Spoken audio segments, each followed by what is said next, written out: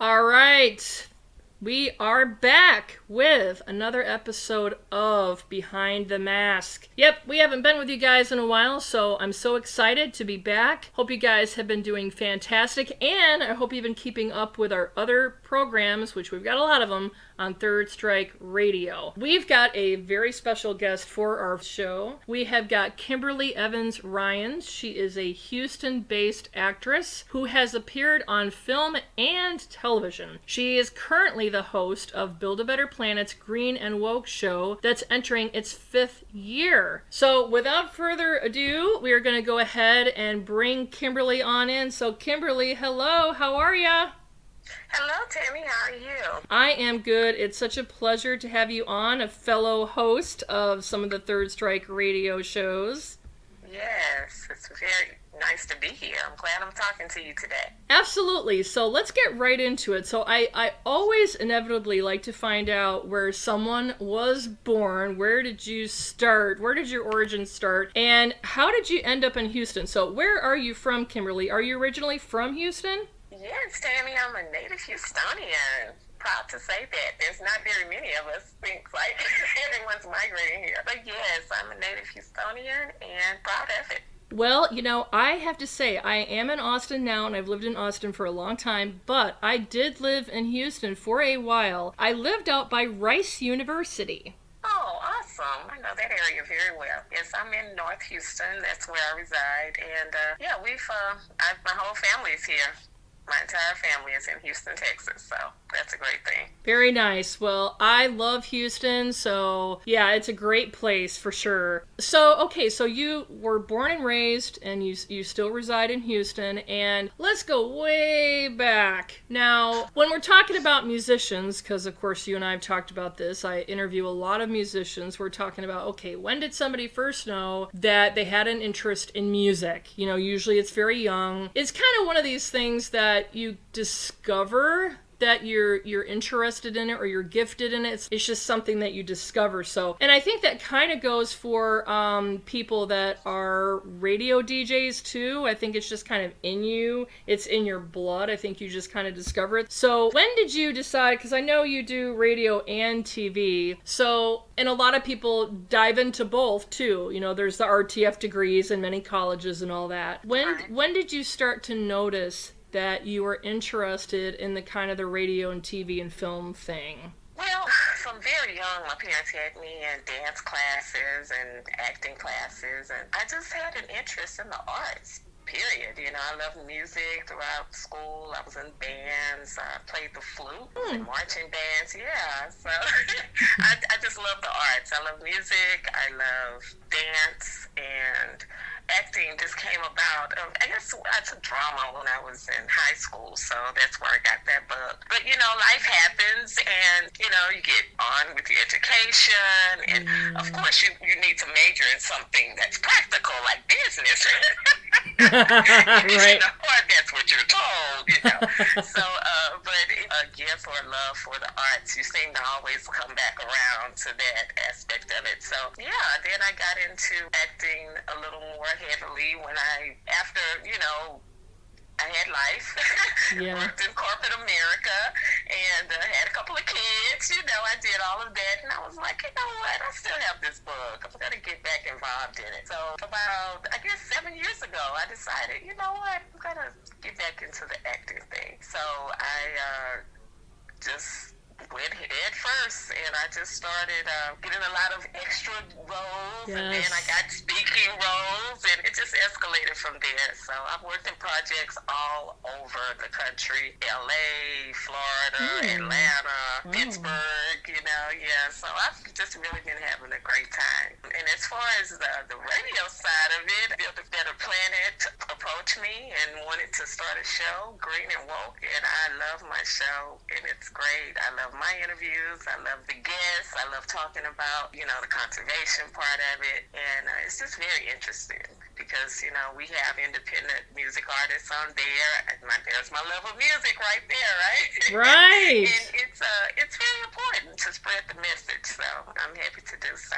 You said that Build a Better Planet approached you about doing the show. So how exactly did you guys get connected? Well, actually, I met Soledad, the founder of Build a Better Planet. I met her being in the acting genre. I responded to a casting call, and they were looking for someone to, it was more on the medical side. I won't get involved in what it was about, but being a woman of a certain age, and I responded, and I guess they said, wow, she's very transparent here, she might be a great asset to what we're doing.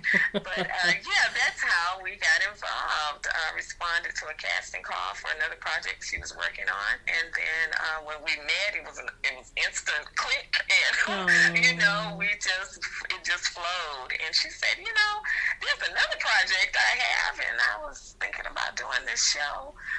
She wanted a show geared toward the African American community. Nice. And I said, hey, I'm your lady. Let's try it. Let's see what goes. And it's been very successful, so I'm happy about that. Yeah, Green and Woke. Now she's had that show for some time, right? Before you started hosting it, is that correct? No, my understanding is that we kind of created that one together. Oh, okay. Yeah. Nice. We threw names around and all that stuff. So yeah, it was the birth of Green and Woke when I came aboard. Wow, that's really cool, because that's kind of how, just a very side note, that's kind of how Third Strike Rock happened too, is that show did not exist before Soledad and I connected. So yeah, well, that's great. Yeah, I know it was in, I believe you guys actually connected in a Facebook acting group that maybe I'm the admin for.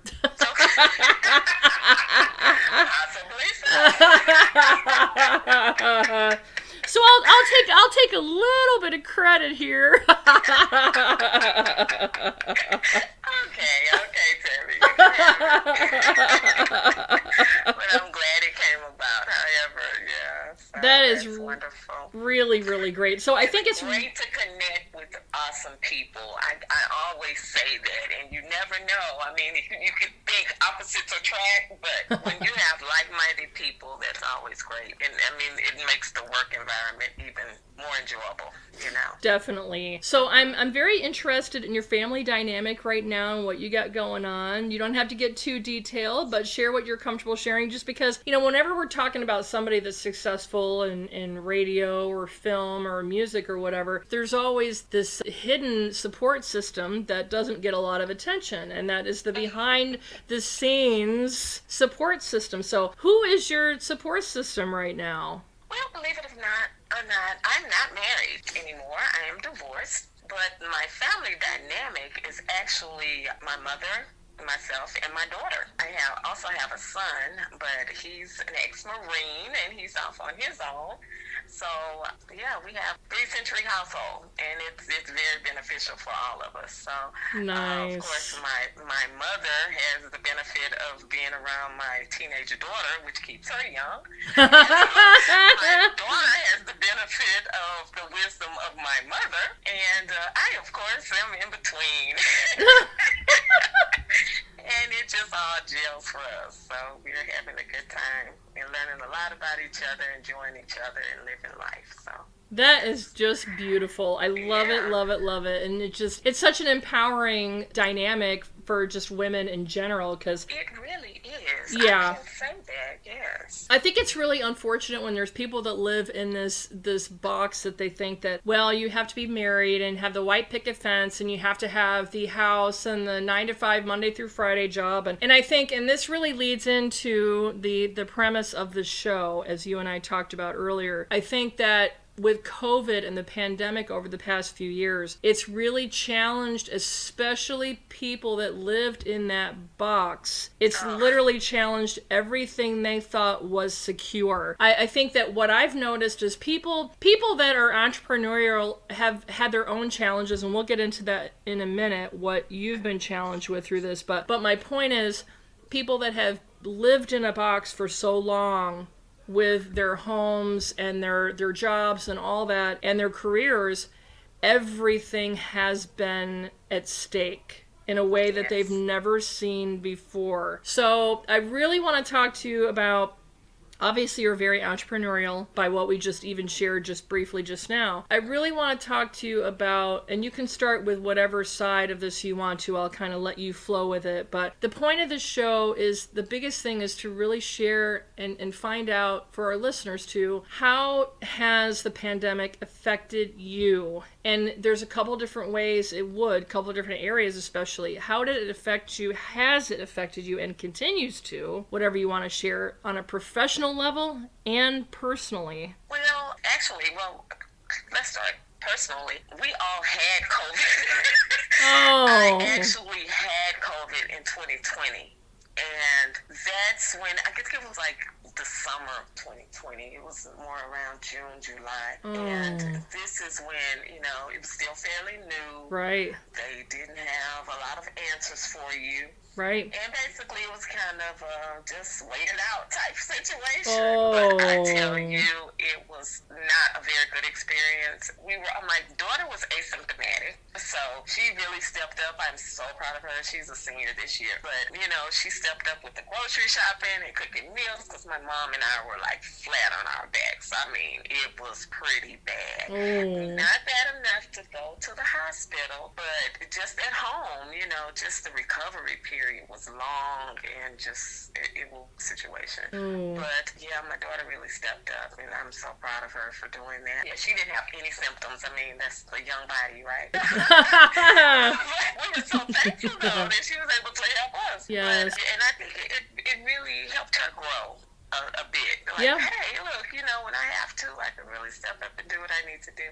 Right. But yeah, so that was not, and it was a long process of me getting back to normal. I had the brain fog, I still had aches, and I mean, for a long time after I even tested negative, I think a lot of people, especially people who haven't experienced it, they think, well, why aren't you just back to normal? Why don't you just snap back? But it's a process, and none of us knew what to expect, even when you get it. Right. Thank God, like I said, we didn't have to go to the hospital, but just the in and out, the day-to-day is just, it's just a process to get back to normal, and people don't really get that. So I really want people to understand that if someone did have it, even if they didn't have to go to the hospital, it affects so many aspects of your body that you don't even realize. This thing is something. So personally, that's what I can say. And then just the after effects of, oh my God, I don't want to get this again. So yes. You think, what could I have done differently to avoid it? But you really can't avoid it. It's like out there lingering, because we were masked up, had the hand sanitizers. We thought we were doing everything right. But when you go out in public among other people, you just never know. You just never know. So, but we have since been vaccinated and, taking the booster and all that. So hopefully that'll protect us some. But professionally, as far as in the acting arena, oh my goodness, of course everything shut down for a period of time, so that was work. Even projects that were in the works, some shut down, some came back, some still haven't. And I'm the type of person where I like to go to the events, like I've been to the Grammys 3 times, I've been to the AMAs, all this type of stuff. And a lot of those events we couldn't go in, they were virtual. So I was like, oh no, that's not the same experience, but things happen. You just have to adjust. And even on sets, I think the first project that I worked on afterwards, it was a project on Lifetime, and I went to Dallas, which wasn't far. I think I drove, because the flying, the whole travel situation was all over the place. Everyone was afraid to be on the aircraft with all the other people. So I drove down to Dallas, and that was the first one that COVID, the project, really, we were getting back to it, and they had a COVID compliance officer on set, so of course you had to get your, they take your temperatures, and we were masked up, and it was just, just a whole, the experience is totally different even working on these projects now. So Yes. they still haven't really relaxed as far as even, we work now. And as far as me being Houston based, a lot of times I would have to travel out. Like I've traveled to LA during this time for a project that I worked on. And of course I had to take my tests here and make sure that I was okay. And only you have to do it within 48 hours. That's right. And then you fly out, and they at one point they were actually telling you that you had to take a PCR test to even get on board a plane, but they quickly relaxed that. Mm-hmm. They're not even talking about that anymore. Mm-hmm. Now when you travel, they just have like a self-assessment. Well, you haven't been exposed to anyone, with COVID in the last 10 days. And it's like, no, you click in this box and everyone's doing it. It's like, how truthful are people really being just to get on that plane? Right. So, but I mean, and I would do the type of work where I would go fly out, do the project, and come on back home. But now it's like they want you to test, wait a couple of days before you come on set, and and that's getting more and more expensive. And it's like, wait a minute, this is a lot of downtime here. I could be doing something else. So it's just gotten really difficult, to so I'm looking at more and more projects closer to home, where I could, drive, or just here in Houston. So it has really changed the whole dynamic of the way I work. So how has it affected you with the radio shows? Because as we know, that's we're talking about a lot of behind the scenes stuff. So you're not really, although everybody's different in every career, but I would assume that your show really is a lot of behind the scenes stuff. Am I correct on that? Is it basically like maybe some of it you did in person and you said, well, we're going to have to just scale all this back to virtual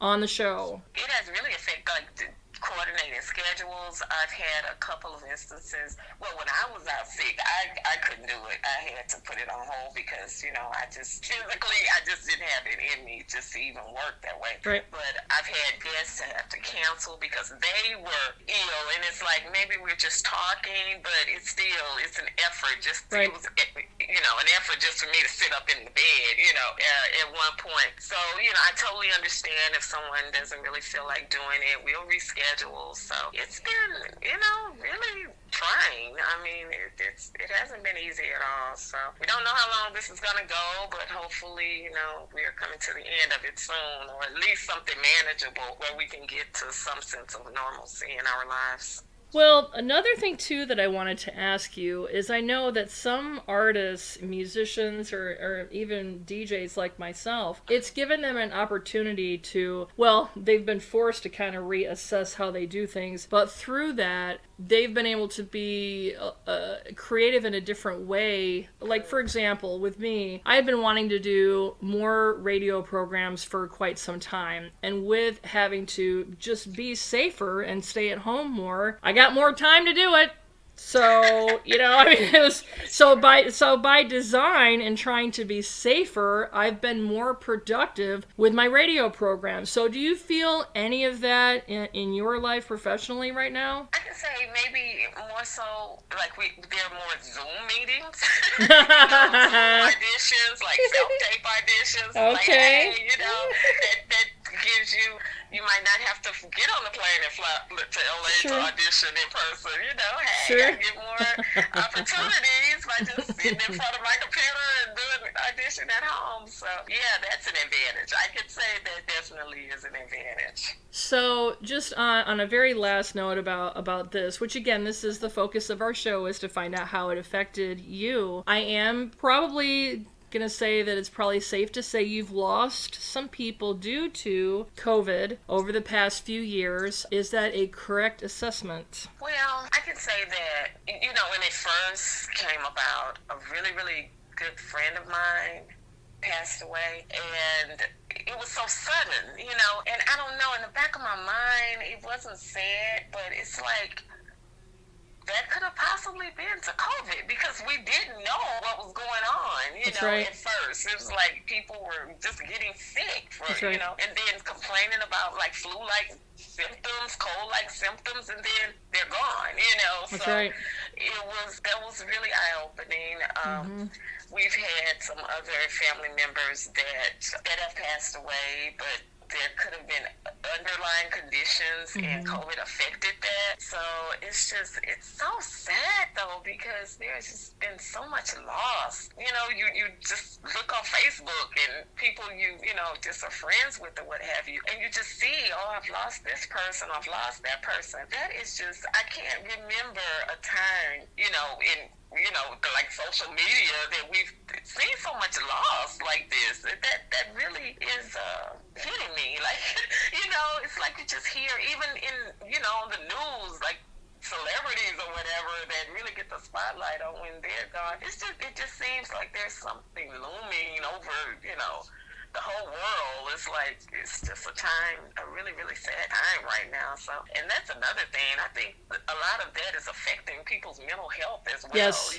That's something we really need to talk about, because it's a lot of sadness and loss going on right now. People need to be uplifted. So then that is so true, Kimberly. And I was just talking to my boyfriend actually about that the other day, how it's affected me and changed me. And we've all been affected by it, whether or not we acknowledge it or not. I think it's important that we do acknowledge it and take inventory of, hey, how am I acting now? And how is that different from me a couple years ago? And what can I do about it? Because, if you don't address that, we've had an increase in suicide. We know that over the past few years. That's a fact. So how have you, with the challenges that you've had over the past few years as an artist, how have you been able to keep yourself inspired and motivated? Is it a faith thing? Is it just, I've got this, I've been through a lot, I'm good? I mean, what is it that keeps you going? That's a really good question. And I was just thinking about this, honestly. I think to lean more toward gratitude, be grateful for what we do have. Like, if we're here, grateful for our health, our family, our loved ones. Just waking up every day is a gift. It really is. Just breaking down. Just waking up, opening your eyes and seeing a beautiful day. Even if it's raining outside, you can experience that, You're still here, And it's just it should give us all better appreciation, a greater appreciation for life. Period, So, I try to keep, and I just recently started doing this, a gratitude journal, because that really does affect your mental health. Just to think about what you should be happy about. It's like there's a lot of gloom and doom in the world, but it's like, but this is great, and I'm thankful, So, that's very helpful for me to do, and just to pray and meditate, just to try to keep a straight head, stay focused, So. Well, that's so good, because the last thing that we want is, for people that we care about to let it, or basically to succumb to everything that's going on, and you can't help but understand, right? It's not like you condemn people that are succumbing to everything, because it's like, well, we've been dealing with this for 2 years now, and pretty much everything in everybody's lives has been compromised. But it is important to do things like what you're talking about. So for those of you listening, hint, hint, maybe you should consider doing that too. Doing a gratitude journal. I've actually seen several of my friends do that on Facebook. They do their gratitude journal on Facebook so that people can see, hey, this is something I'm doing, it's helping me. How about you? So what a beautiful, inspiring story. And I definitely want to make sure that we talk about your upcoming projects so that people know what you got going on. What do you got coming up that we want to know about? Oh, wow. Well, Green and Woke, we are really excited about 2022. We're going to have some great guests, so stay tuned for that. Some musical guests and some great, green guests as well. So that's always a plus. And in my acting life, actually, I'm kind of excited about this. I'm going to be in a Western. Oh, nice. Yeah, I'm going to be in a Western that's coming up. That'll be a feature film. Another web series that I worked on just got picked up for a feature film, so we'll be filming the movie for that. And yeah, I'll have all my information on my Facebook page, and everybody can follow me there at Kimberly Evans Ryans, or check out my IMDb, track me there. I'm just Kimberly Ryans on there. I'm on Instagram as well at KRyans25. So yeah, I'm trying to think. And then TV show. It's a talk show. You can catch me there and on Centric TV 15.8 here in Houston. It's Southern Divas of Houston. So it's a really interesting talk show. I'm co-host of that show. Okay. And yeah, I mean, oh girl, you put me on the spot. I'm always thinking in my head. I'm trying to think of. I should have jotted all of this down, but I'm just having fun. I'm living my life. Opportunities come. I don't rarely turn them down. So Good I'm for like, you. come on, life, let's do this. So I'm excited. I'm having a good time. Well, I love your attitude, I love your spirit, and I love the fact that you're involved with us here at Build a Better Planet. I would like to give you the opportunity to give some words of encouragement to our listeners. For anyone that is suffering with just feeling, down and out based on the fact that you were talking about the gratitude journal, do you have any words of encouragement for people that are listening right now that are feeling like, I'm just over all this already, I'm just done, I have no creative juices left? First things first, take care of yourself. Someone once told me, they asked me, who's the most important person? And you don't want to be selfish. You don't want to sound vain. You want to say, if you're younger, my parents, or you get older, my spouse or my kids, But you are the most important person in your life, and you can't be any good to anyone else if you're not good yourself. Oh, that's good. Self-love is like, hashtag self-love is going around, but that's real. We have to take care of ourselves. So just be your best you so you can take care of the ones you love. Well, and that's such a great message. Kimberly, once again, thank you so much for coming on the show. It's been just an honor and a pleasure to be able to connect with you on this level. Oh, thank you for having me. I really enjoyed this. This is awesome. We have to do this again. Hey, all right. We can do it as a series. Yeah, this was fun. It was great. It was wonderful. Awesome. All right, Kimberly's Third Strike Radio listeners, thank you again for tuning into this episode. We will have another one in March. That's the plan. And so stay tuned for that. I'm sure we'll have another spectacular guest that we'll be interviewing.